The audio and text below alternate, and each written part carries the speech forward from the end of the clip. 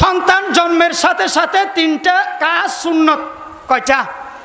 ডাইন কানে আজান, বাম কানে একামত এবং খেজুর, একটু সিবি অথবা মধু অথবা কোনো মিষ্টান্ন জিনিস সন্তানের মুখে একটু টাচ করা, এটা এই তিনটা সুন্নত। আজান, একামত, মিষ্টি টাচ করে দেওয়া। এই মিষ্টান্ন জিনিস যদি তার জিহ্বায় লাগাই দিতে পারেন, মৃত্যু পর্যন্ত মিষ্টি মিষ্টি কথা বলবে, কোরআন হাদিসের কথা বলবে, ওই সুন্নতের বরকতে সুবহানাল্লাহ বলেন। ইসলামী নাম রাখা, এটাও তো একটা সুন্নত।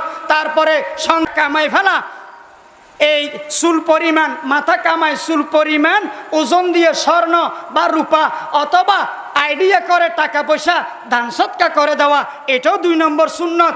3 নম্বর সুন্নত আকিকা দেওয়া। আকিকা 7 দিনের মাথায় যদি কেউ কোনো কারণবশত আকিকা দিতে পারে নাই, তাহলে যে কোনো সময়ও আকিকা দেওয়া যায়। ছেলে হলে 2টা ছাগল, এক ছেলের নামে আকিকা, 2টা ছাগল। 2টা ছাগল না পারলে কমপক্ষে 1টা ছাগল। আর গরুর মধ্যে যদি ছেলের জন্য আকিকা দেন তাহলে 2 অংশ। 2 অংশ যদি সাধ্যে না পারেন তাহলে 1 অংশ আকিকা দিলেও আদায় হয়ে যাবে। আর মেয়ের জন্য হলে একটা মেয়ের জন্য 1টা ছাগল। আর গরুর মধ্যে যদি আকিকা দেন তাহলে 1 অংশ। 1 অংশ কোরবানির সাথে আকিকা দেওয়া জায়েজ।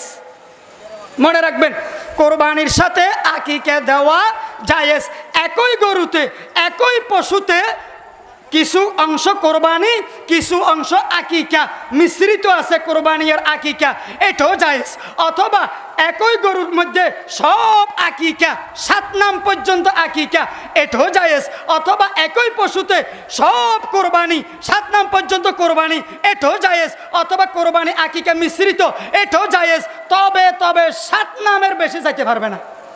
কোরবানি হোক আকিকা হোক, কয় নামে পর্যন্ত? আলটিমেটাম 7 নাম পর্যন্ত। 7 নামের বেশি যাইতে পারবে না, এটা জায়েজ নাই। আকিকার গোস্ত কোরবানির গোস্তর মতোই মাসআলা। আকিকার গোস্ত 3 ভাগ করতে পারা, এটা মুস্তাহাব। আমাদের দেশে একটা কুসংস্কার আছে, এটা বলে মুরব্বীদের হাদিস, রসুলের হাদিস না, বুড়া বুড়িদের হাদিস। তারা বলে আকিকার গোস্ত নাকি আকিকা দাতা খেতে পারবে না।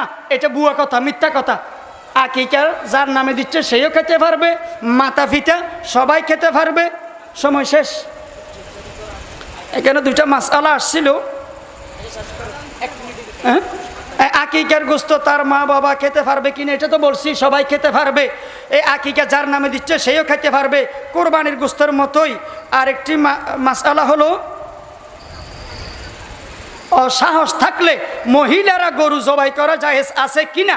মহিলারা গরু জবাই করা জায়েজ আছে যদি যারা ধরে, গরু ধরে, তারা সবাই যদি মহিলা হয়, অথবা বাপ অথবা ছেলে, স্বামী যাদের সাথে পর্দা নাই, তারা যদি হয়।